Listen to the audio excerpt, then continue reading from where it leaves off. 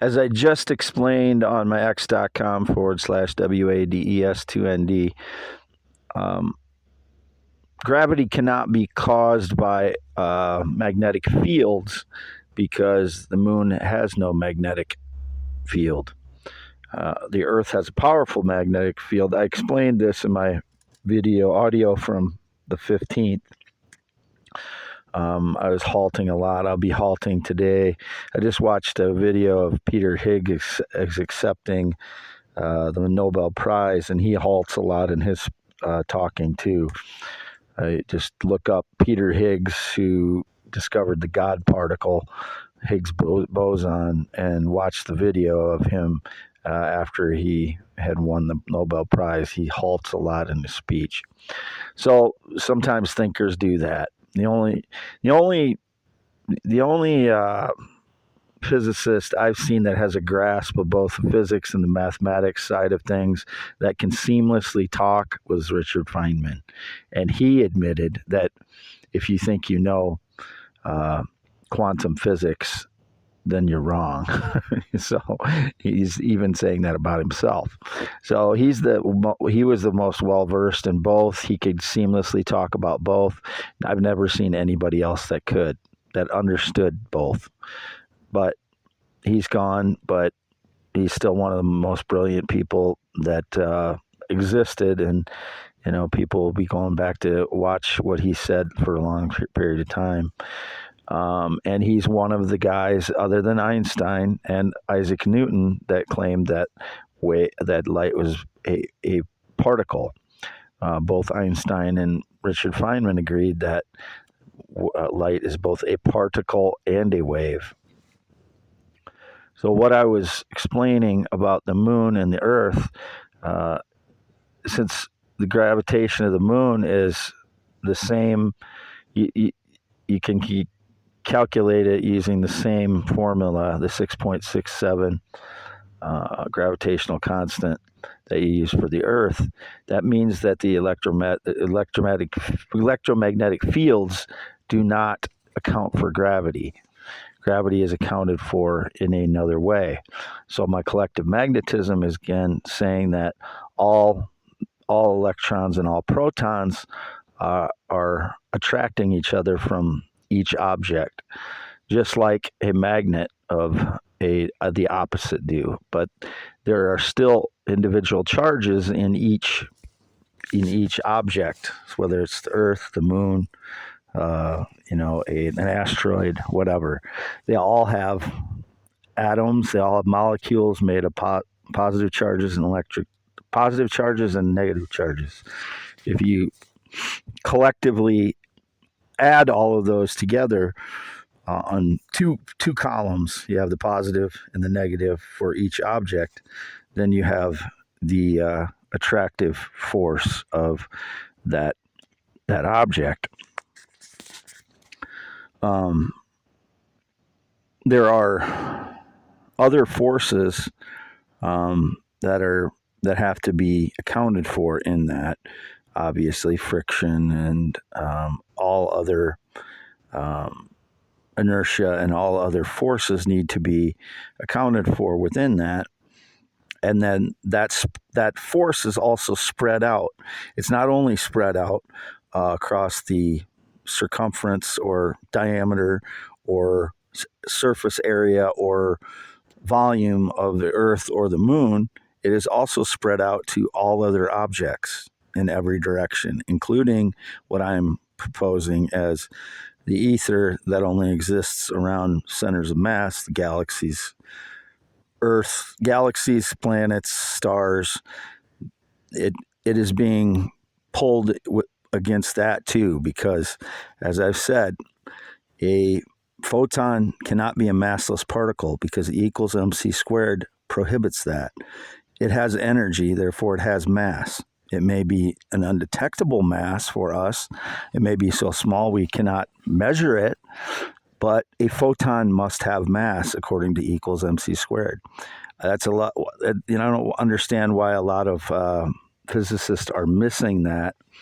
But a photon must have mass. Therefore, when it loses energy, it is adrift, and it is susceptible for. You say it's susceptible. I don't think a photon could be susceptible. It is just a moving particle, but it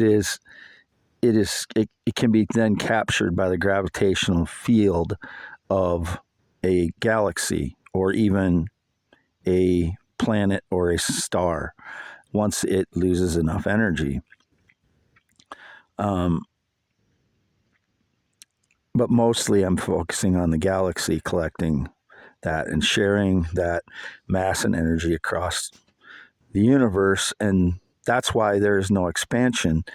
There doesn't have to be expansion because the galaxy is sharing light, which is both particle wave and both mass and energy across space in the form of energy. When it reaches the other destination and the galaxy pulls it in through its gravitational field, then it becomes mass floating around. And many of those things add up to the dark matter. I don't believe in dark energy, expansion, or the Big Bang Theory.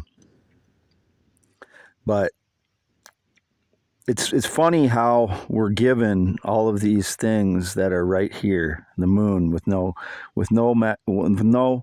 magnetic field, the Earth with a powerful magnetic field to compare each other, and that we have all these other planets that we can compare, and these little moons that circle the planets, and the sun, our only star, but many so many stars we can't count. I mean, with the James Webb Space Telescope, it's just an endless observation now we have because of the technology that some brilliant people have produced and sent out there to collect information.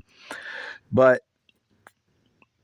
gravity cannot be created by magnetic fields, as some people have proposed, because the moon has no magnetic field, yet it is still abiding by the laws of gravitational attraction. Whether some of that is through the Earth, like I suspect, and that, again, is a part of my theory that I can drop. It's just something that I feel after seeing all of the things that I've seen, that it's just an intuition, and scientists are driven by intuition. That is their original idea, is driven by intuition and imagination. That's what a scientific theory or hypothesis begins with, is intuition, creativity, or intuition and imagination. Not necessarily creativity, imagination. You imagine why things are happening. You have a certain amount of knowledge. You apply that knowledge that is solid to that thing you're trying to imagine, and you come up with a hypothesis, which I did again with this, as I did in 2015 with what I eventually came to was that light loses energy and becomes infrared and then microwave.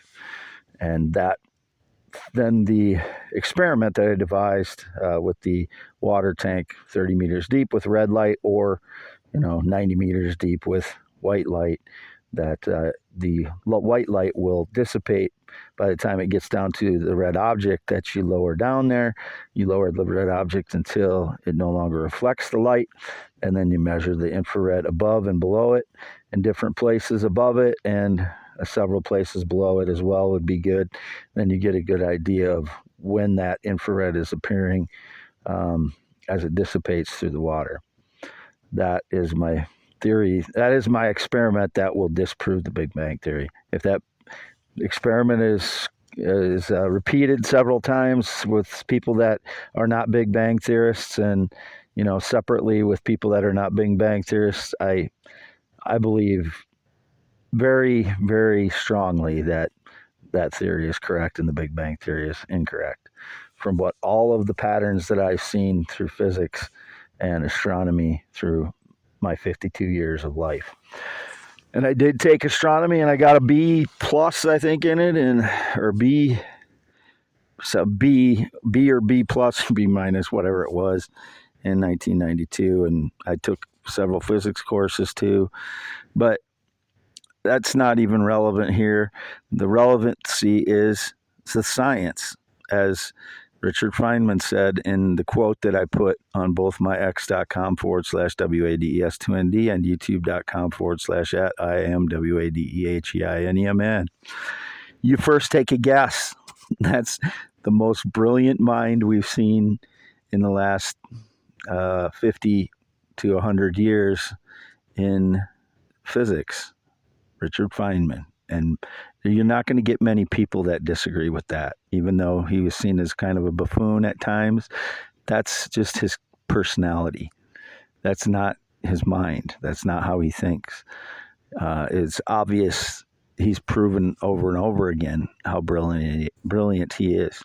But I am a problem solver. I look at patterns. I look at try and put all the pieces together, and then I see what isn't fitting, what is not, and the Big Bang Theory is not fitting. None of it is. So they say the gravitational waves, but those are so slight that is, and many physicists are very highly skeptical of the gravitational wave stuff. But the red shift on the distant galaxies can be caused by light losing energy and becoming infrared and then microwave, as my theory suggests. And my theory isn't having nearly as the amount of problems as the Big Bang Theory does. Signing off, youtube.com/@ symbol IAMWADEHEINEMAN. It is 3:23 p.m. April 17th, 2024. Wade Allen Heinemann. This is going on youtube.com/@ symbol IAMWADEHEINEMAN only. My only social media are X and Twitter, x.com/WADES2ND and x.com/Wade. Yes. That's where I posted all of my original physics ideas since before and after Elon Musk bought Twitter, whatever year that was, 2021 or 2022, I think.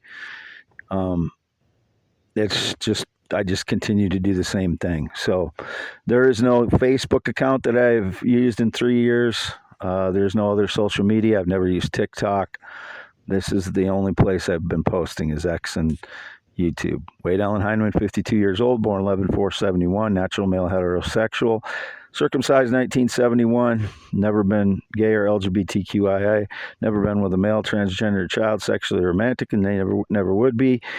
No sexual or physical contact, 6+ years, and no date, romance, or relationship in 9 years. Anything else, staged lies by criminals or being tricked or delusional. No friendships since 2016 due to the state of my life, people staging lies and destroying my life. Not been on a plane or jet since 2011. Never been a pot smoker, never been a smoker. Still half mile north of Fairbank, Iowa, in mobile home on V68. April 17th, 2024. Signing off. 10.7-inch hands, green eyes, 6'1", 52 years old.